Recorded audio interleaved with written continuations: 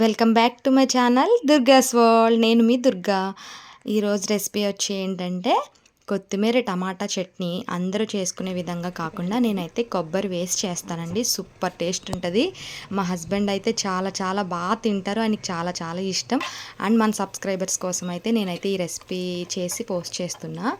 And ఈ రెసిపీలో ఎలా తయారు చేసుకోవాలంటే ఫస్ట్ గ్యాస్ మీద అయితే ప్యాన్ పెట్టుకుని అందులో కొద్దిగా పల్లీలు వేసుకుందాం. పల్లీలు బాగా వేగిన తర్వాత ఇవి వేగడానికి టైం పడుతుంది కదా, సో ఫస్ట్ మనం పల్లీలు వేసుకున్న తర్వాత మిగతా పోపు అదైతే వేసుకోవాలి. ఇవి వేగిన తర్వాత పచ్చిశనగపప్పు అండ్ మినప్పప్పు, జీలకర్ర, ధనియాలు వేసి వేగనివ్వాలండి. అండ్ నా వీడియో ఫస్ట్ టైం చూస్తున్నట్లయితే ప్లీజ్ సబ్స్క్రైబ్ చేసుకోండి. అండ్ కొత్తగా చూస్తున్న వాళ్ళు ప్లీజ్ అండి సపోర్ట్ చేయండి.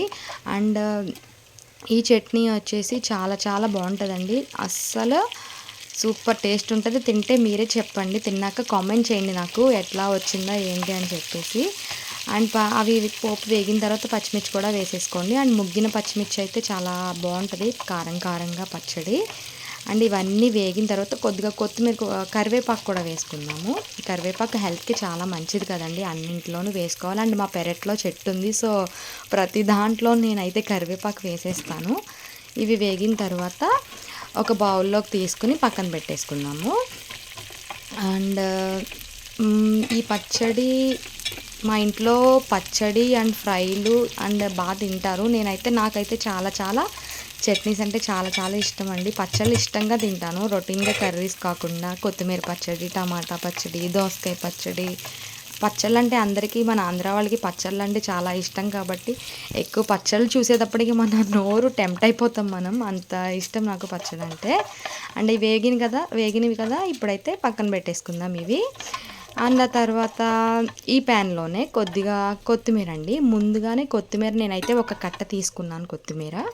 అండ్ కొత్తిమీర చివర ఉంటాయి కదా నాట్లు, అవి తీసేసుకుని, నారులు అవి ఉంటాయి కదా, అవి మొత్తం తీసుకుని వాష్ చేసేసుకుని అట్లా జల్లీల బుట్టలో పెట్టి నీరంతా పోయిన తర్వాత మనం పచ్చళ్ళు చేసేటప్పుడు వాటర్ అవి కొంచెం లేకుండా చూసుకుంటే పచ్చడి కొంచెం 2-3 డేస్ నిల్వ అయితే ఉంటుంది.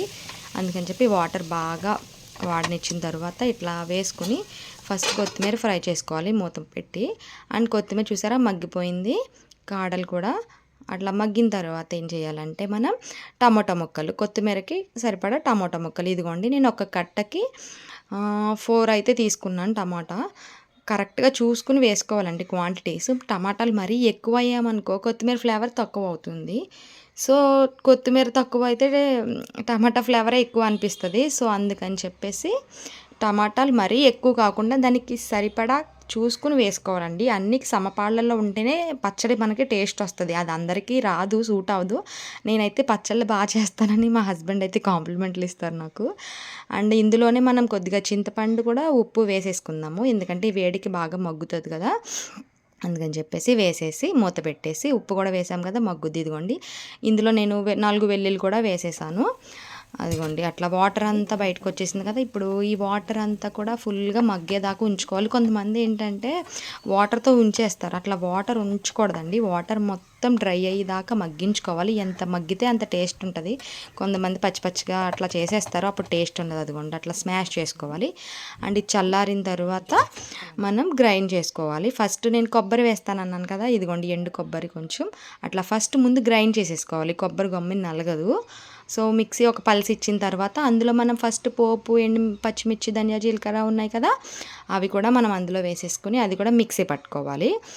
ఇది మిక్సీ పట్టిన తర్వాత మనం కొత్తిమీర టమాటా పేస్ట్ ఉంది కదా, అది కూడా ఉప్పు అదిగోండి అట్లా పక్కన పెట్టుకున్నాను. కొబ్బరి తీసేసి కొంచెం ఇందులో కూడా కలవాలి కదా, మళ్ళీ మొత్తం ఈవెన్గా కలవదని కొంచెం కొబ్బరి తీసేసి ఆ సెకండ్ టైం మళ్ళీ పట్టినప్పుడు నేను ఆ కొబ్బరి వేసేసి ఆ మిగతా కొత్తిమీర టమాటా కూడా పేస్ట్ చేసానండి. అండ్ మొత్తం మిక్సీ పెట్టి ఒక బౌల్లోకి తీసుకున్నాను. ఆ తర్వాత అయితే పోపు రెడీ అండి. పచ్చడికి మెయిన్ ఏంటంటే పోపు అండి. పోపు వల్ల పచ్చడి మనకి చాలా టేస్ట్ వస్తుంది. అండ్ కొద్దిగా 2 టేబుల్ స్పూన్ల ఆయిల్ వేసుకుని పచ్చిశనగపప్పు, ఆవాలు, జీలకర్ర అండ్ లాస్ట్లో ఒక ఎండుమిర్చి అండ్ కొద్దిగా కరివేపాకు వేసుకుని వేయించుకోవాలండి. వేయించుకొని గ్యాస్ ఆఫ్ చేసేసుకొని మనం ఈ తాలింపుని మనం గ్రైండ్ చేసుకున్న కొత్తిమీర టమాటా కొబ్బరి చట్నీలో పైన వేసుకుంటే అస్సలు పోపు వేసాక మనకి పచ్చడి కలర్ఫుల్గా ఉంటుంది. అలా చూస్తేనే మనకి టెంప్టింగ్గా ఉంటుంది, క్రేవింగ్స్ వచ్చేస్తాయి అట్లా పచ్చడిని చూస్తుంటేనే.